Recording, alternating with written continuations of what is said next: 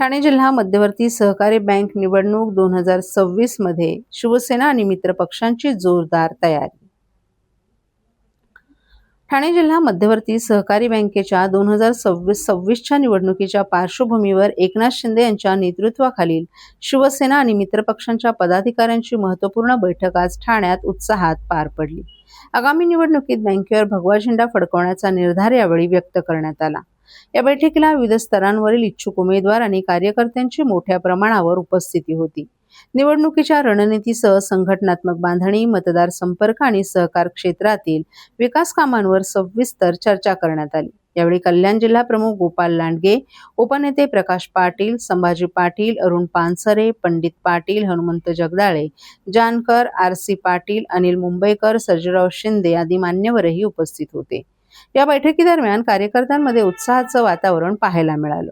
ठाणे जिल्हा मध्यवर्ती सहकारी बँकेवर शिवसेना आणि मित्रपक्षाचं वर्चस्व कायम ठेवण्यासाठी सर्वांनी एकजुटीनं काम करण्याचं आवाहन यावेळी करण्यात आलं।